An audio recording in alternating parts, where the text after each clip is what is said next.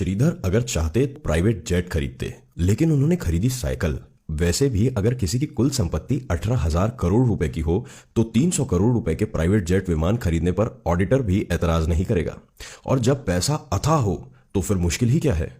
यूं भी लक्ष्मी जब छप्पर फाड़ कर धन बरसाती है तो ऐसे फैसले किसी को खर्चीले नहीं लगते। शायद इसीलिए एक खरबपति के लिए जेट विमान खरीदना ऐसा ही है जैसे किसी मैनेजर के लिए मारुति कार खरीदना। लेकिन जोहो कॉरपोरेशन के चेयरमैन श्रीधर वेम्बू पर लक्ष्मी के साथ साथ सरस्वती की भी मेहरबानी थी, इसीलिए उनके इरादे औरों से बिल्कुल अलग थे। प्राइवेट जेट खरीदना तो दूर, उन्होंने अपनी कंपनी बोर्ड के निर्देशकों से कहा अब कैलिफोर्निया से जोहो कॉरपोरेशन का मुख्यालय कहीं और ले जाना चाहते हैं। श्रीधर के इस विचार से कंपनी के अधिकारी हतप्रभ थे, क्योंकि सॉफ्टवेयर इंडस्ट्री के लिए कैलिफोर्निया के बे एरिया से मुफीद जगह दुनिया में और कोई है ही नहीं। गूगल, एप्पल, फेसबुक, ट्विटर या सिस्को सब के सब इसी इलाके में रचे बसे फले फूले। पर श्रीधर तो और भी बड़ा अप्रत्याशित फैसला लेने जा रहे थे। वे कैलिफोर्निया से शिफ्ट होकर सिएटल या ह्यूस्टन नहीं जा रहे थे, वे अमेरिका से लगभग 13,000 किलोमीटर दूर चेन्नई वापस आना चाहते थे। उन्होंने बोर्ड मीटिंग में कहा कि अगर डेल, सिस्को, एप्पल या माइक्रोसॉफ्ट अपने दफ्तर और रिसर्च सेंटर भारत में स्थापित कर सकते हैं तो जोहो कॉरपोरेशन को स्वदेश लौटने पर परहेज क्यों है। श्रीधर के तर्क और प्रश्नों के आगे बोर्ड में मौन छा गया।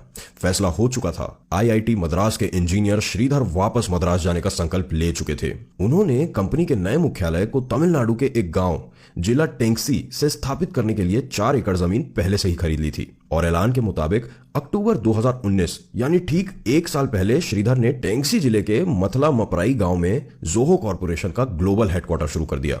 यही नहीं, $2.5 बिलियन के जोहो कॉरपोरेशन ने पिछले ही वर्ष सॉफ्टवेयर कारोबार में 3,410 करोड़ रुपए का रिकॉर्ड राजस्व प्राप्त करके टेक जगत में बहुतों को चौंका दिया था। स्वदेश क्यों लौटना चाहते थे श्रीधर अमेरिका की किसी एजेंसी या बैंक या स्टॉक एक्सचेंज के दबाव के कारण स्वदेश नहीं लौटे। उन पर प्रतिस्पर्धा का दबाव भी नहीं था। वे कोई नया व्यवसाय भी नहीं शुरू कर रहे थे। वे किसी नकारात्मक कारण से नहीं, एक सकारात्मक विचार लेकर वतन लौटे। उन्होंने कई वर्ष पहले संकल्प लिया था कि अगर जोहो ने बिजनेस में कामयाबी पाई तो वो प्रॉफिट का एक बड़ा हिस्सा स्वदेश में निवेश करेंगे। कंपनी के मुनाफे को वे गांव के बच्चों की आधुनिक शिक्षा पर भी खर्च करेंगे। इसी इरादे से उन्होंने सबसे पहले मतलाम पराई गांव में बच्चों के लिए निःशुल्क आधुनिक स्कूल खोले। कंप्यूटर टेक्नोलॉजी के जानकार श्रीधर गांव में ही जोहो विश्वविद्यालय भी बना रहे हैं, जहां भविष्य के सॉफ्टवेयर इंजीनियर तैयार होंगे। फोर्ब्स मैगजीन में दिए एक इंटरव्यू में श्रीधर बताए हैं कि टेक्नोलॉजी को अगर ग्रामीण इलाकों से जोड़ा जाए तो गांव से पलायन रोका जा सकता है। गांव में प्रतिभा है, काम करने की इच्छा है। अगर आधुनिक शिक्षा से हम बच्चों को जोड़ें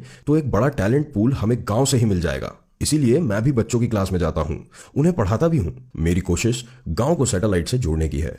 हम न सिर्फ दूरियां मिटा रहे हैं, न सिर्फ पिछड़ापन दूर कर रहे हैं, बल्कि इन शहर से बेहतर डिलीवरी गांव से देने जा रहे हैं। प्रोडक्ट चाहे सॉफ्टवेयर ही क्यों ना हो, श्रीधर बताते हैं। तस्वीरें जाहिर करती हैं कि श्रीधर बेहद सहज और सादगी पसंद इंसान हैं। वह लुंगी और बुशर्ट में ही अक्सर आपको दिखेंगे। गांव और तहसील में आने जाने के लिए वह साइकिल पर ही चल निकलते हैं। उनकी बातचीत से, हाव भाव से यह आभास नहीं होता है कि श्रीधर एक खरबपति सॉफ्टवेयर उद्योगपति हैं, जिन्होंने 9,000 से ज्यादा लोगों को रोजगार दिया है, जिसमें अधिकांश इंजीनियर हैं। उनकी कंपनी के ऑपरेशन अमेरिका से लेकर जापान और सिंगापुर तक फैले हैं, जहां 9,300 टेक कर्मियों को रोजगार मिला है। श्रीधर का कहना है कि आने वाले वर्षों में वे करीब 8,000 टेक रोजगार भारत के गांवों में उपलब्ध करवाएंगे और ग्लोबल सर्विस को देश के नॉन अर्बन इलाकों में शिफ्ट करेंगे। शिक्षा के साथ गांवों में आधुनिक अस्पताल, सीवर सिस्टम, पेयजल, सिंचाई, बाजार और स्किल सेंटर स्थापित कर रहे हैं। जननी जन्मभूमिश्च स्वर्गादपि गरीयसी।